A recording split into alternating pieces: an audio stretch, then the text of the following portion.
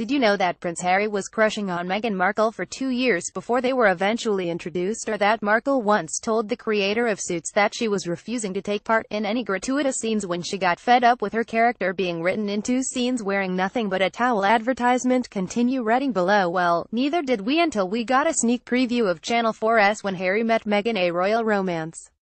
The documentary out on Saturday the 29th of October at 9 p.m. is an illuminating and positive portrait of Meghan Markle, not just as an ambitious actress, but as an active humanitarian who applies her feminism to her everyday work, and how she could potentially be our perfect princess if that royal engagement really is imminent.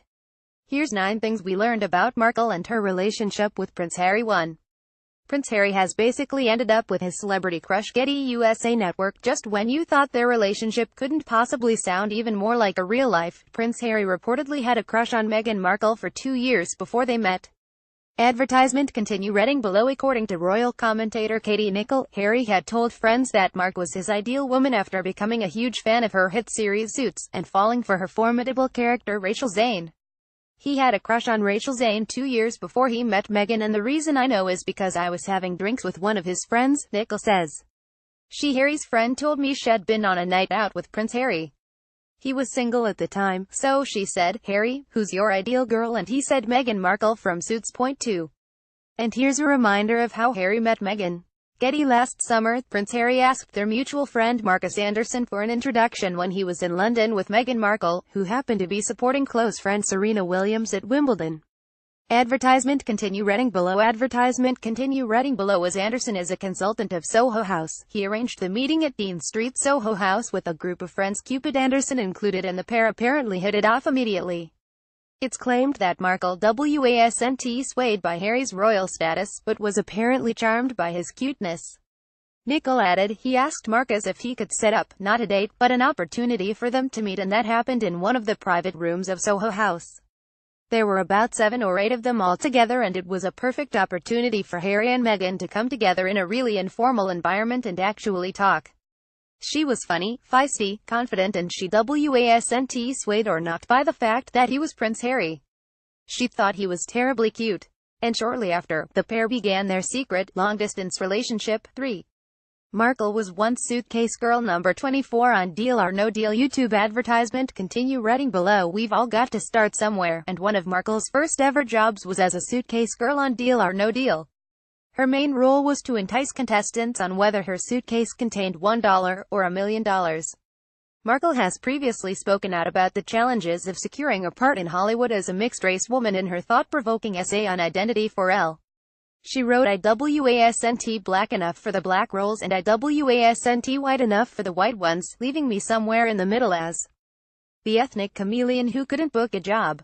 That all changed after Suits, but it had been a struggle for Markle before her breakout role as Rachel Zane. 4.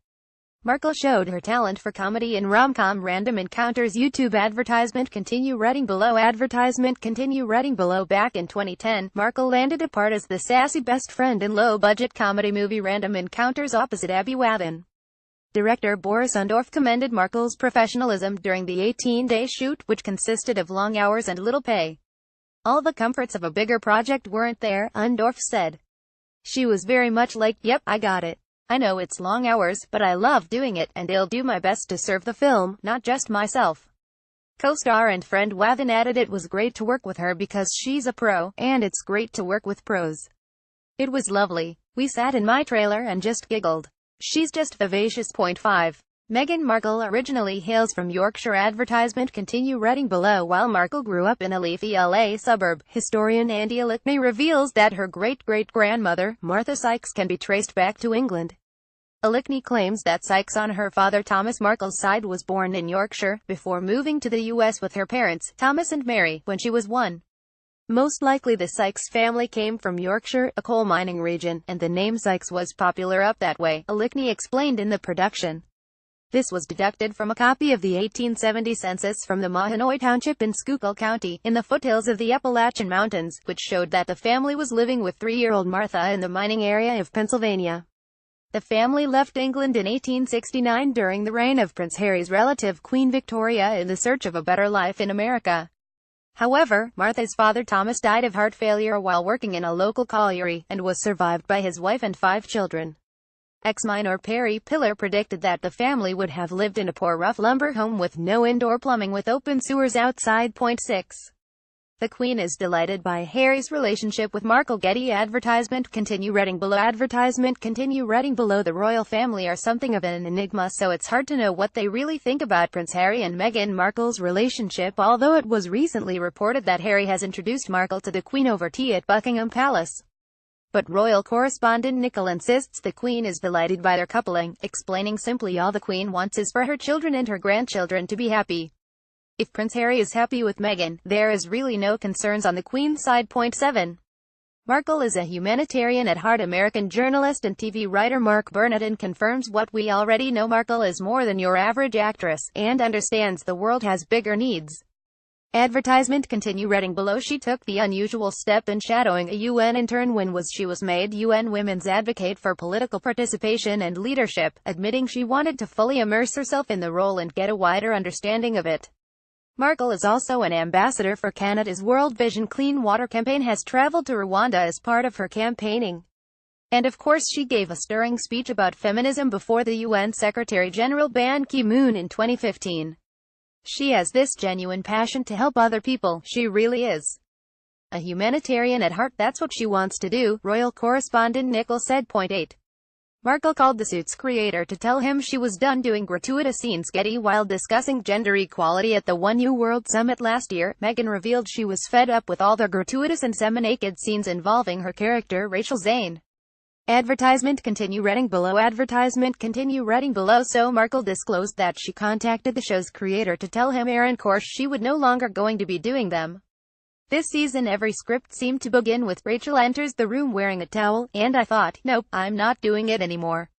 Markle said, I called the creator and said it's just gratuitous, you've already seen it once, so at a certain point you feel empowered enough to just say number 9. Markle has been vocal about her political views as an advocate for gender equality. Markle has been vocal about her views on now President Donald Trump, previously describing him as misogynistic. Before he was elected into office, Markle had added, Trump has made it easy to see that you don't want that world he's been painting. Getty advertisement continue reading below. This provoked a few royal experts to wonder whether if Harry and Markle were to marry what her stance would be if she and Prince Harry had to meet Trump as part of their public duty when he eventually visits the UK. Harry had what looked like a very awkward encounter with Melania Trump at the recent Invictus Games in Toronto. However, as Trump's visit will no longer be a state one, it's unlikely Harry would have any public engagement that would include Trump. 10. Being a divorcee won't be a problem for the royal family. While divorcees haven't gone down well with the Windsors in the past, see the abdication crisis of Edward VIII when he married American divorcee Wallis Simpson. Obviously Prince Charles went on to marry Camilla without any qualms. I don't think the fact that she's a divorcee will stand in her way. Having that experience is no bad thing, Nicole commented. This is a woman of the world, she has the experience. In fact, royal correspondent and author Robert Jobson thinks there's a lot the royal family could learn from Markle if she were to be welcomed into the royal fold. A number of photographers that have dealt with have said they find her charming. Maybe the royal family can learn some lessons from her, he added. We couldn't agree more.